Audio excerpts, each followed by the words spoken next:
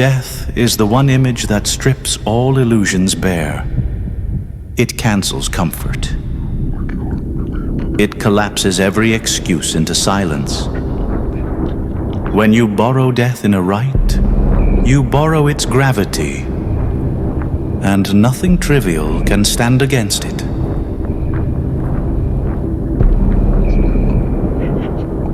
You've felt it. Your attention is dying. Every time you reach for your phone, a little more of you is buried. Every hour lost to noise and novelty is another stone on the grave. Necromancy was once about speaking with the dead. Tonight, it's about raising what's left alive in you. This is not history.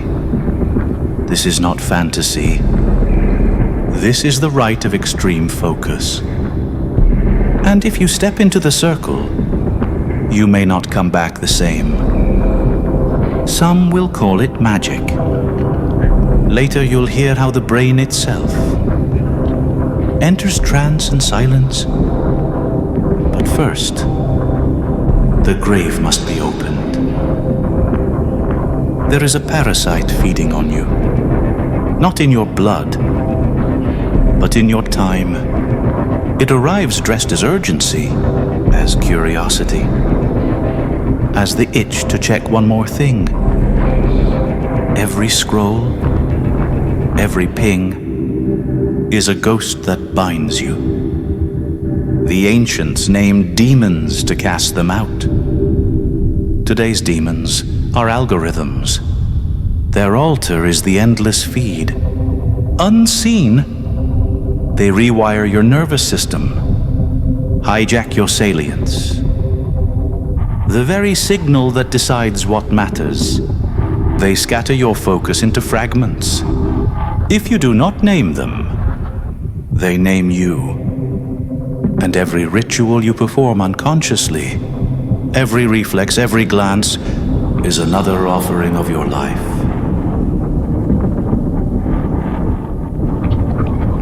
Forget the cliches of horror films. Necromancy was not about cartoon ghouls.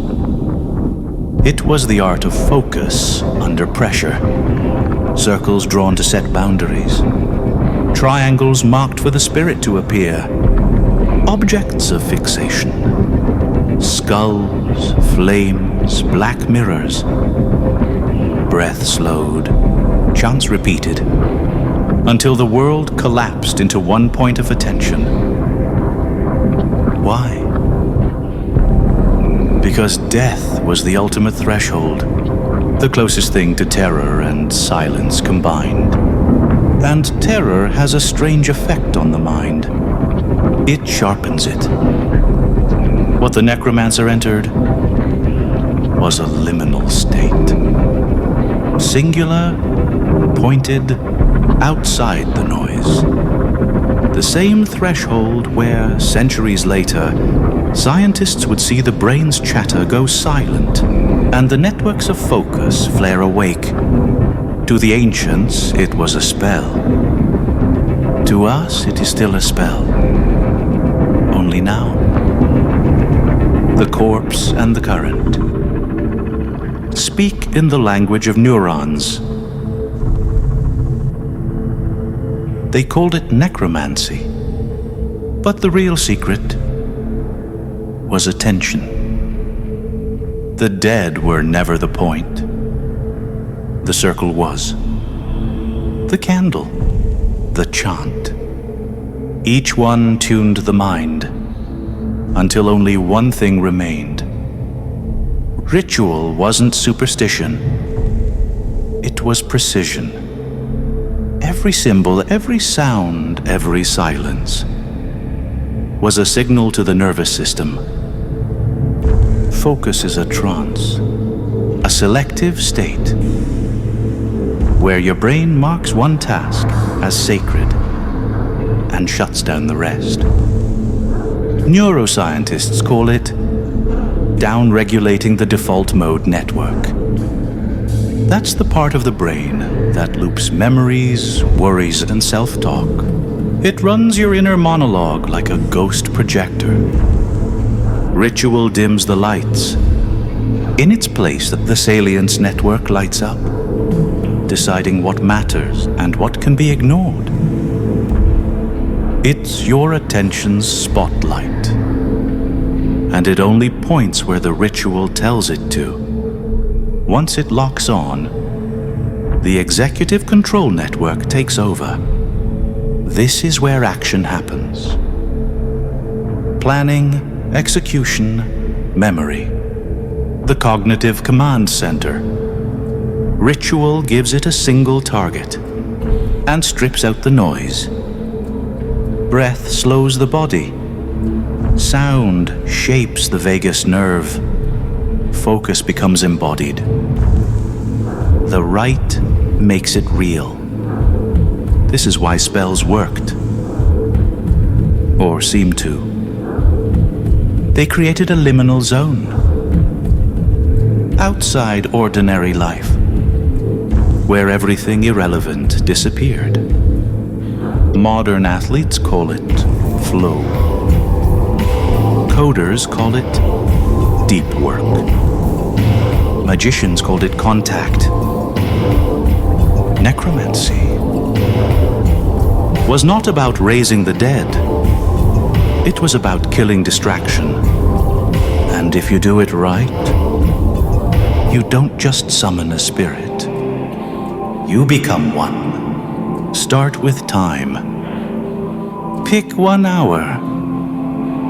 Make it sacred. The brain learns through rhythm. When the hour returns, so does the trance.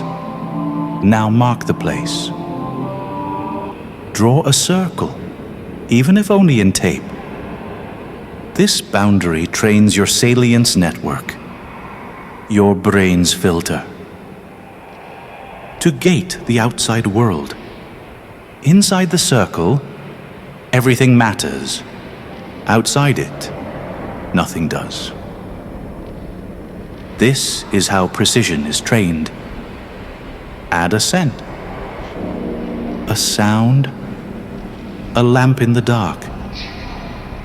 These are not decorations.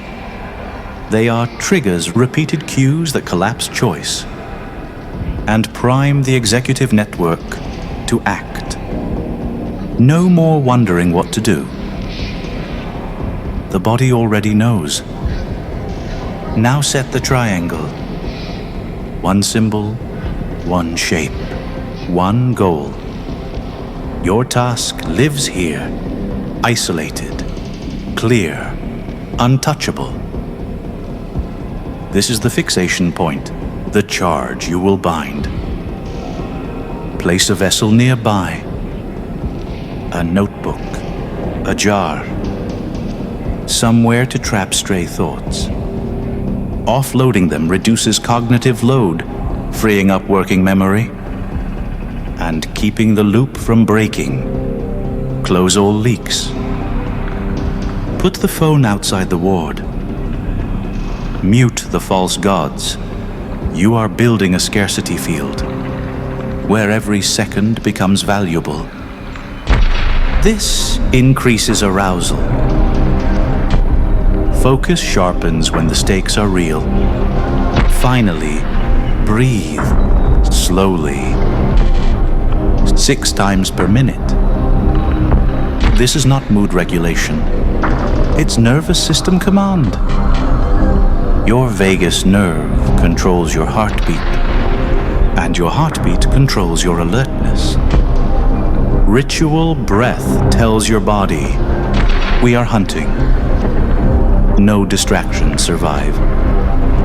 The temple is not superstition. It is structure. Sensory signals, neurochemical leverage. It looks like magic because it is.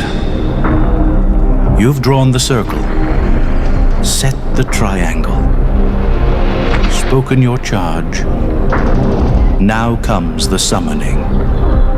Not of spirits, but of the force that breaks your will. In old rites, necromancers called names into smoke. You will do the same.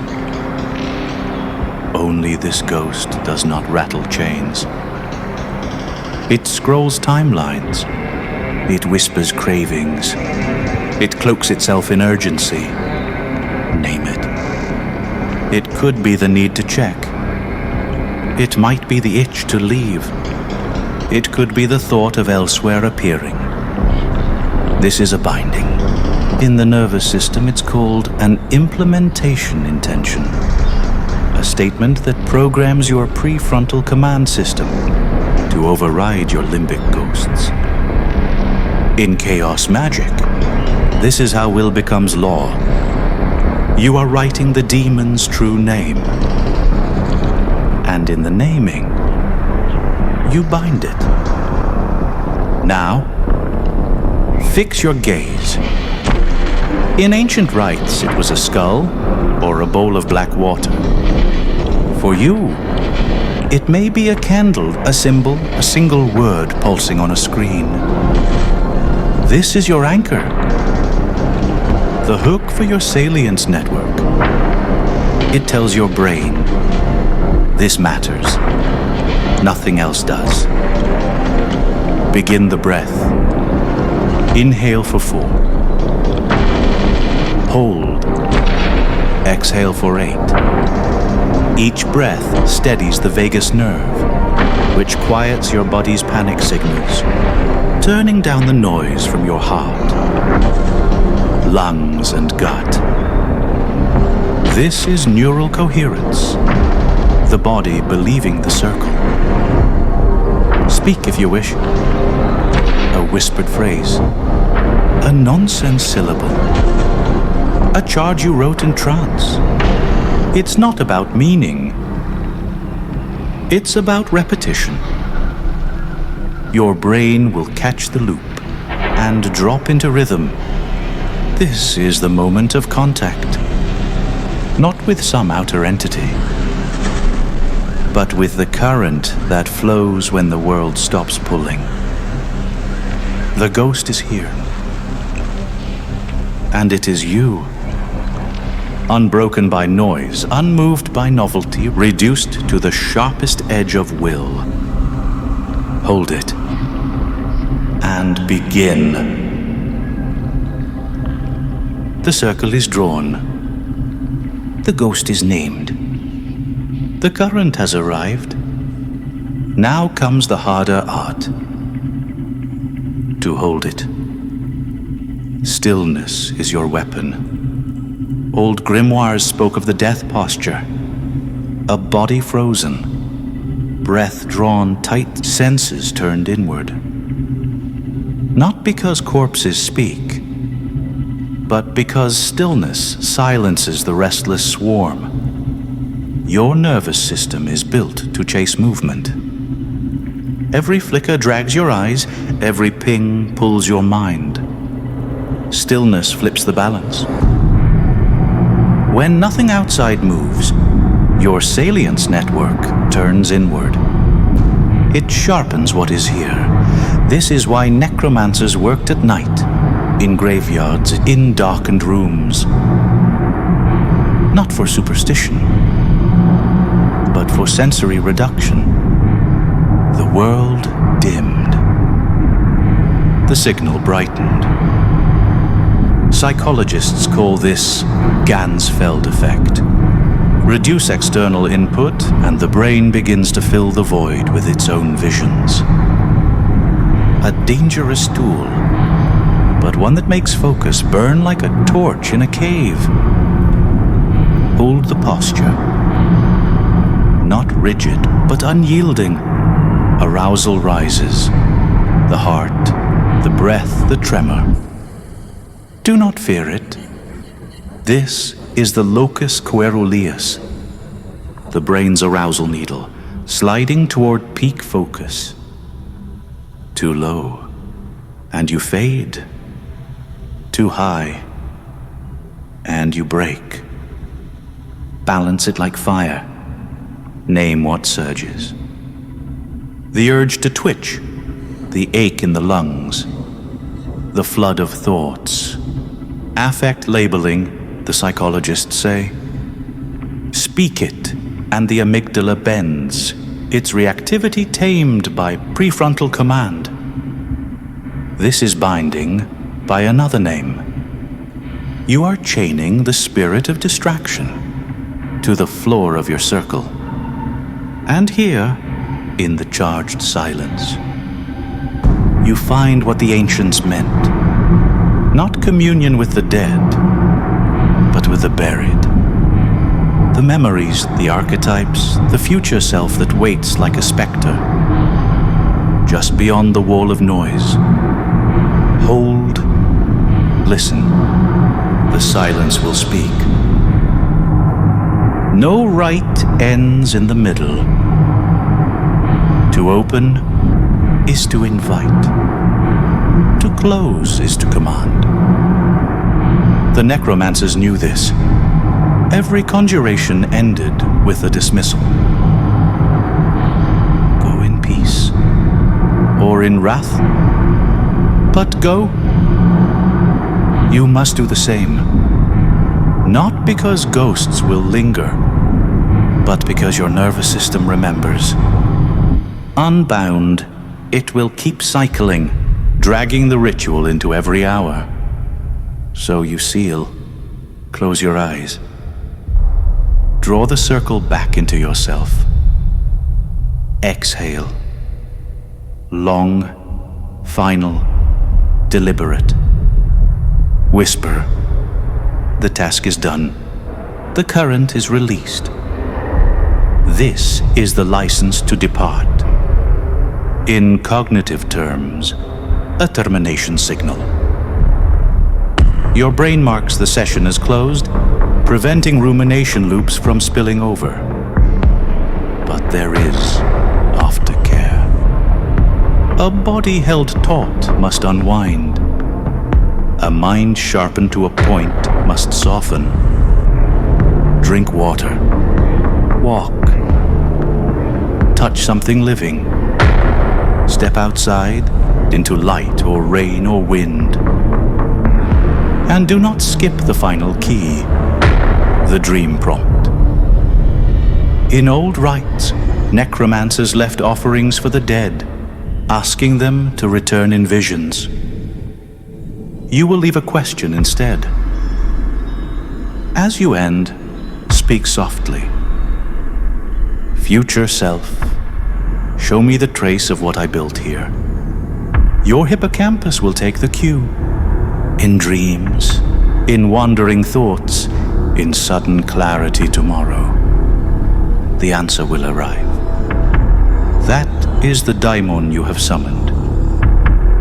Not a corpse, but a continuity.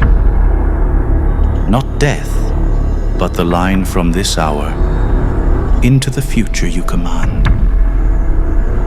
The ritual is closed. The ghost has departed. And you remain charged, scarred, sharpened. Every magician learns the same bitter truth. The spells are never literal. The dead don't walk. The demons don't scratch your door. And yet, the rites still work. Because belief is a technology. Because symbols command the nervous system more deeply than logic ever can.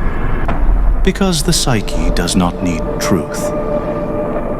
It needs form, focus, and fire. That is why necromancy mattered.